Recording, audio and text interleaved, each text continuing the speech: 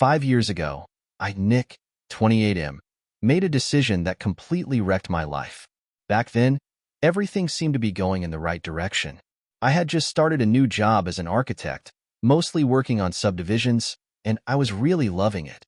I also had a long-term girlfriend, Sarah, 29F now, 24 then, who I'd been with for 3 years, and we'd just gotten engaged. I honestly thought nothing could go wrong. After Sarah said yes to my proposal, we started planning the wedding. Neither of us was interested in a big, fancy event, so we agreed on something small, just an elopement to a coastal city. We eventually decided on San Diego, inviting only our parents and siblings if they wanted to join. Basically, we were just booking a honeymoon and getting married while we were there. Since the whole trip was going to be pretty affordable, we decided to go all out on some pre-wedding activities. Instead of doing the traditional bachelor and bachelorette parties, we thought it'd be fun to cross off a few bucket list items.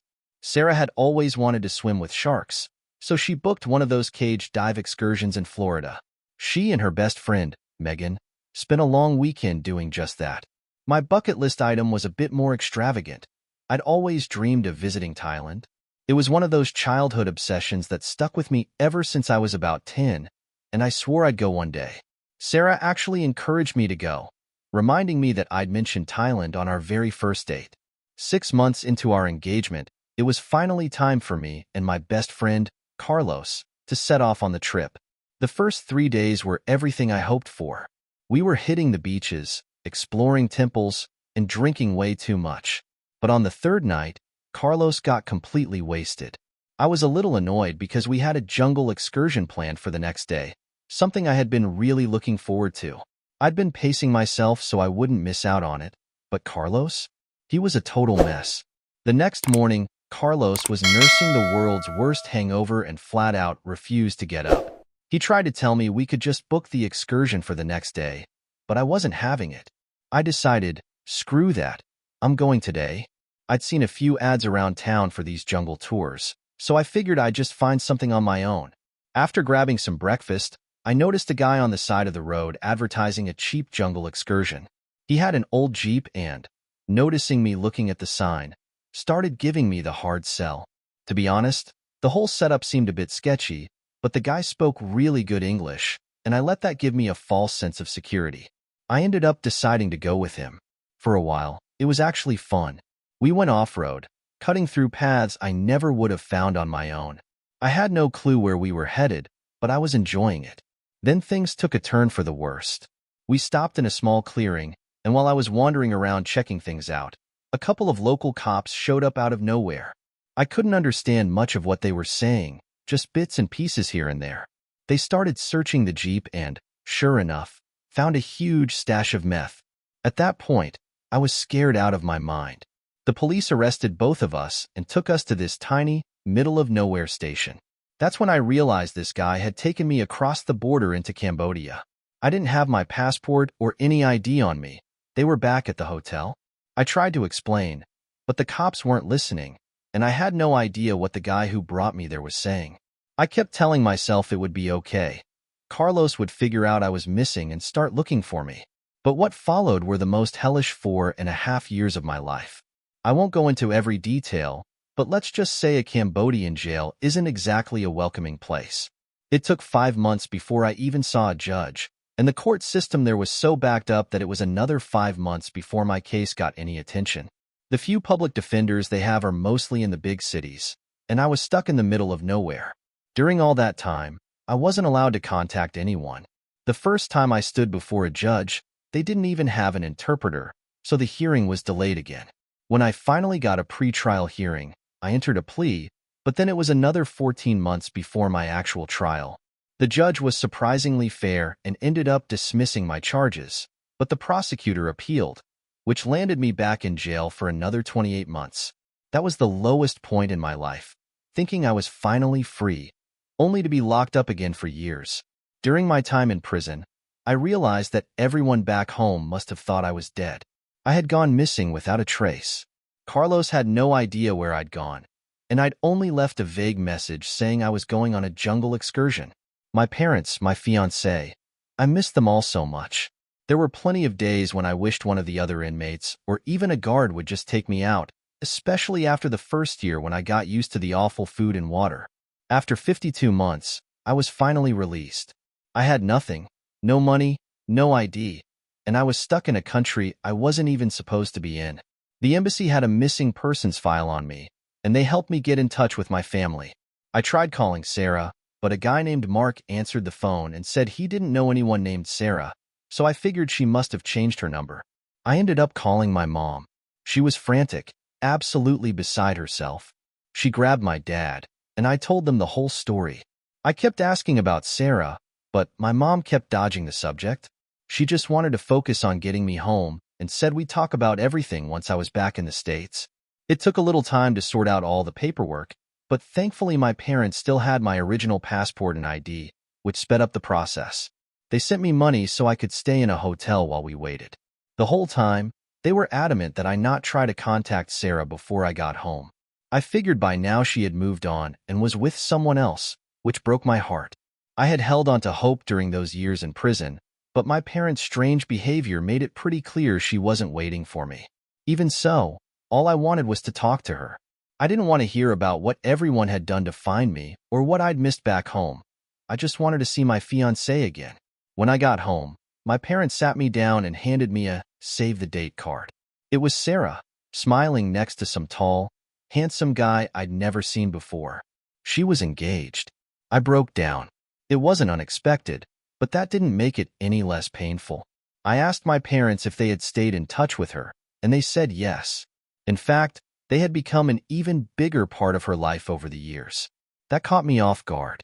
I knew they liked Sarah, but I figured they would have grown apart with me being gone. I asked, "So just how close are you all now?" My mom's response was, "Very close. Her dad passed away a year ago, and your father has agreed to walk her down the aisle." That hit me hard. I didn't expect it, but it still stung. All I could say was, "Why?" My mom got emotional, saying they all thought I was dead, that maybe a cartel had taken me or something, and that they had looked for so long. They even held a memorial service for me. That's when I snapped. "I don't care about any of that right now. What aren't you telling me?" My mom sighed and handed me a tablet. She flipped through a few photos and passed it to me. It was a group picture. My parents, Sarah, her fiancé, her family, my siblings, Carlos, and a bunch of other friends. But front and center, there was a little boy sitting behind a birthday cake. The decoration said, "Happy 4th birthday," and he had the biggest smile on his face. I looked at my mom, confused. She looked back at me and said, "That's your son, Paul Nicholas Smith." In the 2 weeks since I've been back, it feels like both everything and nothing has changed. I've caught up on most of what's happened while I was gone, but it still feels surreal to be here. The day I disappeared 5 years ago, after Jorge finally dragged himself out of bed, he tried calling me. Of course, I never got the call since the police had confiscated my phone immediately upon arrest. I never saw it again. Thinking I was just enjoying the jungle excursion, Jorge went about his day without much concern. It wasn't until late that night, when I hadn't returned, that he started to worry. He called home to see if anyone else had heard from me, and by the next morning, my family and fiancé were frantically blowing up his phone, wondering where I was. That's when Jorge started visiting all the excursion companies, but none of them had any record of me. Panic set in, and he alerted everyone back home. My parents, my brother, and my fiancé all flew out to Thailand to help search for me. They spent a month canvassing the area but had to return home empty-handed. My parents even made another trip later on, but again, nothing came of it. For the next year and a half, they constantly pushed the Thai authorities, trying to keep my case alive. Sadly, no one ever thought to look in Cambodia. Meanwhile, Sarah discovered she was pregnant. The day I left for Thailand, she was unknowingly about 10 weeks along. I can't even imagine how hard that must have been for her, pregnant with my child while I was missing. God, I wish I had never gone. My parents told me that Sarah leaned on them a lot during that time, and they were happy to be there for her. Over the years, they grew closer. Her parents were supportive too, but they're much older than mine and weren't in great health. My mom ended up going with Sarah to most of her OB appointments and was even in the delivery room, along with Sarah's mom, when Paul was born. He came early, at just 34 weeks, which made things pretty stressful. Luckily, he didn't have any serious health issues, though he was kept under close watch for a while. My parents said having Paul in their lives gave them a much-needed break from the grief of not knowing what happened to me. They keep apologizing, telling me how sorry they are, but they didn't do anything wrong. I think they just feel guilty now that they know I was out there the whole time, and they couldn't find me. Jorge came by to see me too. He apologized more times than I could count. He's married now and has 2 kids of his own. I could tell he was nervous around me, and honestly, I don't blame him. I've tried not to hold it against him, but there's still a little resentment there. It's not his fault, but those feelings are hard to shake. Life moved on for my brother and sister as well. My brother has kids, and my sister is married now. I missed all of it. I can probably come to terms with that, but missing out on 4 years with my son and losing Sarah, that's been the hardest part. My parents set me up with a therapist, and I've been to 1 session, but I honestly didn't know where to begin. I spent 5 years wrongfully imprisoned, beaten, starved, and stripped of everything. My family thought I was dead, so much so that they held a memorial service for me 3 years after I disappeared. I was supposed to marry the love of my life, and now she's engaged to someone else. And on top of all that, I have a 4-year-old son who's been raised by another man for most of his life. To Paul, this guy is Dad, and now here I am, back from the dead, about to disrupt everyone's lives. I know I'm rambling, but it's just so much to process. I still haven't talked to Sarah directly. My dad went over to her place the day after I got back. He sat down with her and her fiancé, Kevin, 34M, and told them I'd been found. At first, Sarah thought he meant they'd recovered my body, and she broke down in tears. When my dad explained that I was alive, she completely lost it. Kevin tried to comfort her, but my dad said she just sat there in silence after that. I texted her, but she didn't respond for a whole day. Then all I got was a message saying, "I'm so sorry, I just can't right now." I haven't asked anyone much about her fiancé. All I know is they've been engaged for a couple of months, and the wedding is set for 6 months from now. No one's offering up much information, either. We were supposed to meet at the park last weekend. My sudden reappearance has thrown everything off balance, and I can tell everyone's a little uneasy. My mom usually watches Paul while Sarah and Kevin are at work, and sometimes she watches him at her house. But since I showed up, she's been watching him exclusively at Sarah's place. Apparently, they're preparing Paul to meet me. He knows I'm his biological father. My photos are up all over my parents' house, and Sarah's always kept a picture of me in Paul's room. I don't look quite like the guy in those pictures anymore, but I guess I'm still recognizable enough that he won't be completely blindsided. My parents and I got to the park first. When Sarah's car pulled up, only Kevin and Paul got out. Sarah wasn't with them. Paul ran straight to my dad and gave him a big hug. When he saw me, he kind of froze and retreated to my mom, then went over to Kevin. I could tell he was nervous. Hell, I was nervous too, and I'm not 4 years old. The other adults tried to get us to interact, but I told them to just let him go play. He perked up at that and ran off to the playground. Kevin walked over, stuck out his hand, and said, "Sorry, Sarah couldn't make it today." We were about to leave, and she just broke down. She said she wasn't ready. I nodded and said, "I understand." I followed Paul to the playground, hoping to find some way to connect. Turns out, he's really into superheroes. He wanted to be Spider-Man, so I had to play Rhino. I chased him around the playground, pretending to get caught in his webs, and he laughed and smiled. When it was time to eat, I noticed he liked his hot dogs the same way I do, ketchup on one side, mustard on the other, with relish on top. I started to think, maybe this won't be so hard after all. But then he called Kevin Dad. I shouldn't have been surprised. Kevin's been in Paul's life for 2.5 years. They all live together, and he's about to marry Sarah. But hearing him call someone else Dad hit me like a knife in the chest. I had to excuse myself, saying I was going to the bathroom. When I came back out, Kevin was waiting for me. I felt awkward. The last thing I wanted was a heart-to-heart with Kevin, especially when he was taller, more built, and living the life I was supposed to have. But he said, "Can we talk?" I agreed, "Yeah, man. What's on your mind?" Kevin sighed and started, "Look, I'm really sorry for what happened to you. It's a terrible situation all around. I just wanted to talk because I'm worried about Sarah and Paul, especially Sarah. It took her a long time to get over you, and I was the first person she dated after everything. She cried the first time we kissed because it felt different. I want you to have a relationship with Paul.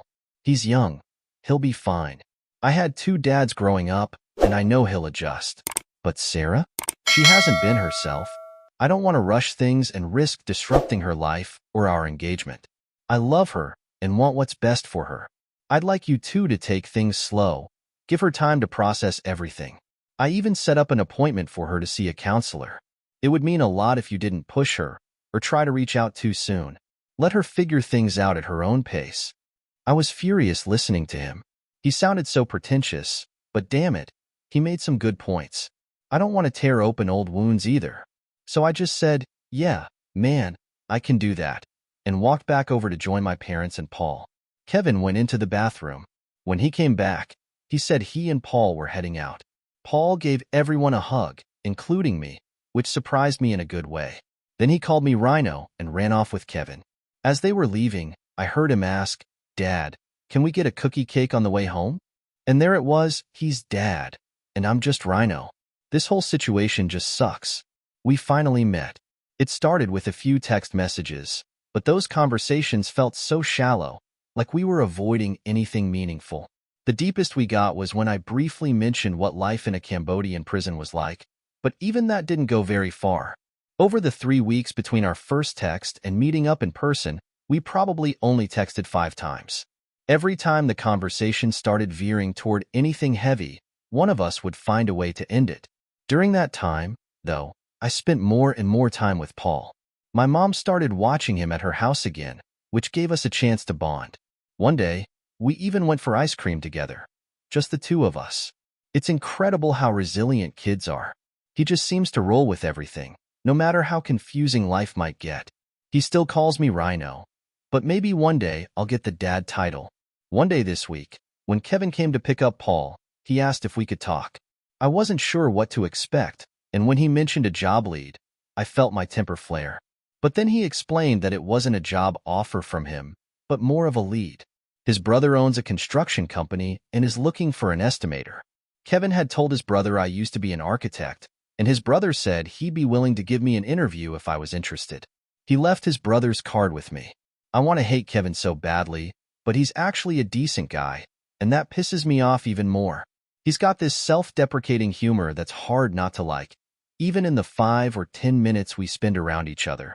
Still, a part of me thinks, screw that guy. This past Friday, Emily and I texted and agreed to meet for lunch the next day. I suggested the Italian restaurant that used to be our place, but that clearly upset her, and for a second, I thought she was going to cancel. We ended up settling on Applebee's instead. Seeing her in person again was indescribable. She was just as beautiful as I remembered. When we hugged hello, I felt a shiver run down my spine, and I lingered for a moment longer than I should have, not wanting to let go, but not wanting to make things awkward either. We kept things light during the ordering, small talk, catching up. But once the food arrived, the conversation took a serious turn and stayed that way for the next hour. Emily opened up about how hard it had been to deal with my death. She was grieving and pregnant, and some days, she didn't even want to keep going. Hearing what she went through hurt more than I can put into words. She said she felt so alone in our apartment that most nights she stayed at her parents' place or mine. Every time the phone rang, she hoped it was someone with news about me, and as time went on, she started dreading the calls, thinking it would be news that they'd found my body. She told me how great my parents had been, and even my siblings, to some extent. She mentioned how her pregnancy overlapped slightly with my sister-in-law's, and how that had given her someone to talk to about the whole experience. It was after Paul's first birthday that, of all people, my parents gently suggested she get back out there. Emily admitted that she'd withdrawn from her friends and was spending most of her time with our families. She even drifted apart from her best friend. She said fear held her back. Fear of losing Paul. Fear of losing anyone else she cared about. If I could disappear without warning, then anyone could. She realized she couldn't live like a widow forever. So she slowly started reconnecting with friends and letting others help with Paul so she could go out again. 2 months into her attempt to rebuild her life, she met Kevin. They ran into each other at a Starbucks. She was struggling to get her phone out while holding Paul, and this tall, handsome guy, my words, not hers, stepped in and scanned his phone to pay for her coffee and muffin. They struck up a conversation while waiting for their orders. When her name was called, Kevin handed her the coffee, along with his business card. He owns a screen printing shop, and said, "No pressure, but I'd love to get to know you better." They parted ways, and she called him the next day. For months later, she introduced Paul to him. A year after that, they moved in together, and a few months ago, they got engaged. That's when I said what had been on my mind. I told her I still loved her, and that seeing her with someone else was one of the hardest things I've ever experienced. The hope of getting back to her was one of the only things that kept me going while I was locked away. She started crying, and I reached out and took her hand. I asked if she was sure, if there was any chance we could try again. Looking back, I realize it wasn't fair to ask, but at that moment, I needed to know. She shook her head, tears in her eyes, and said, "I love you. I never stopped loving you. But I love Kevin too, and I'm going to marry him. I know it's not fair. You didn't do anything wrong, but I had to move on. I spent years thinking you were gone. When I found out you were alive, I was happy, but I also felt guilty." I cut her off. "You don't have anything to feel guilty about. I'm the one who messed up and lost everything. I knew there was a good chance you'd moved on, and I don't blame you for that. I was gone for so long. You had no reason to think I was coming back. But I held on to the dream that I'd return and find you waiting. I see now that wasn't realistic. I'm sorry for putting you in this position now." She wiped her tears and said, "It's okay. I knew this conversation was coming eventually." After that, we fell silent, just sipping our drinks. Minutes stretched into what felt like hours. Finally, she asked, "How do you want to move forward when it comes to Paul?" I told her, "I already love him, and I want to be a part of his life." She smiled and said, "I'm so glad to hear that. I've always told him about you. I didn't want him to think you abandoned him." I nodded. "He's the one bright spot in all of this." She went on to explain that Kevin had planned to adopt Paul once they got married. "But now that I'm back, that's off the table. I'm listed on Paul's birth certificate as his father, but I'll probably meet with a lawyer to make sure everything's set from a legal standpoint." We made plans to meet up again later in the week, this time with Paul. We're going to try having all of us together. Me, Emily, Kevin, and Paul. So he can see all his parents at once. She also encouraged me to spend more time one-on-one with him. At the end of lunch, we hugged again. This time, I didn't linger. When I got back to my parents' house, though, I broke down. The finality of it all hit me like a ton of bricks.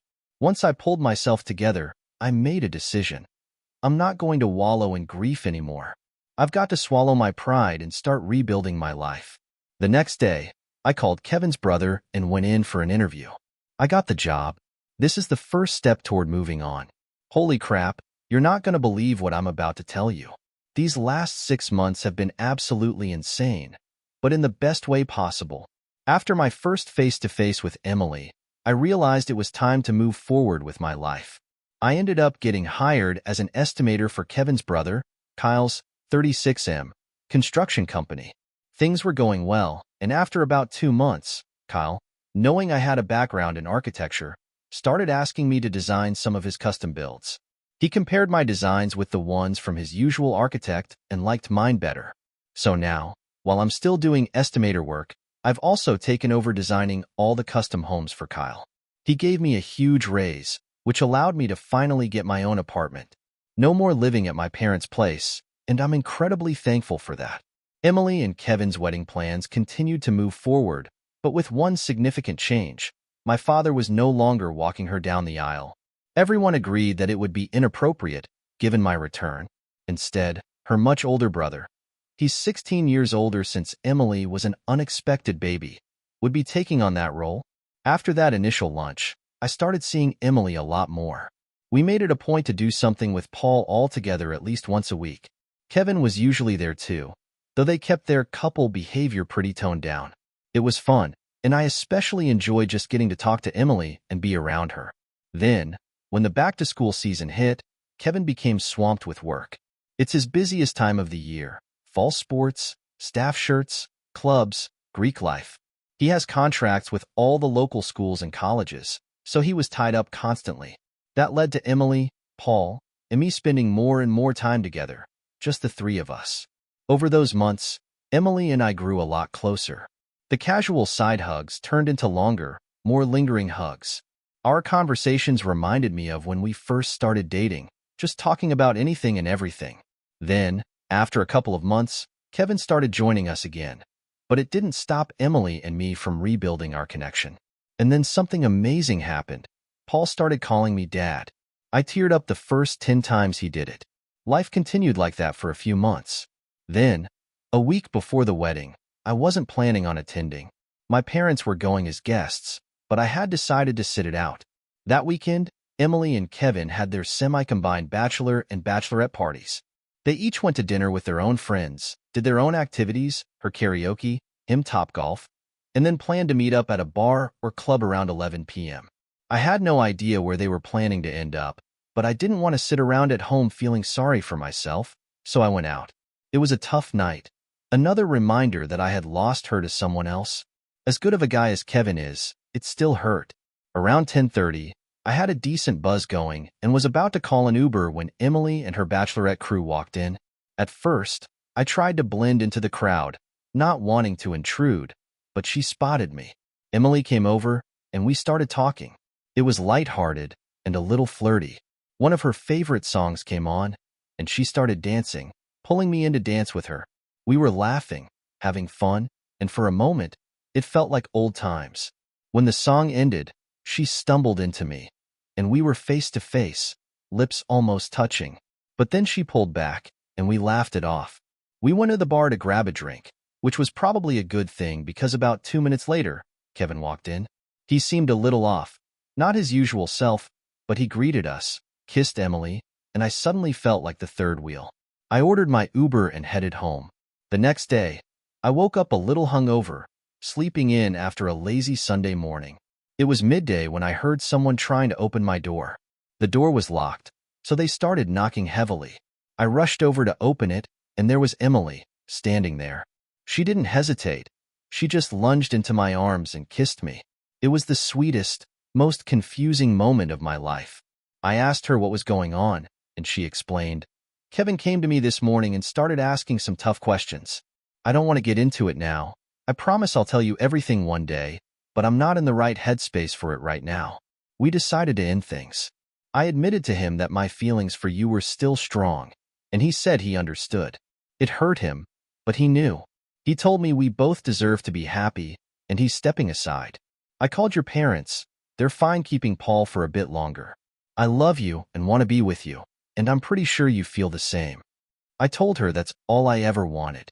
It was a whirlwind.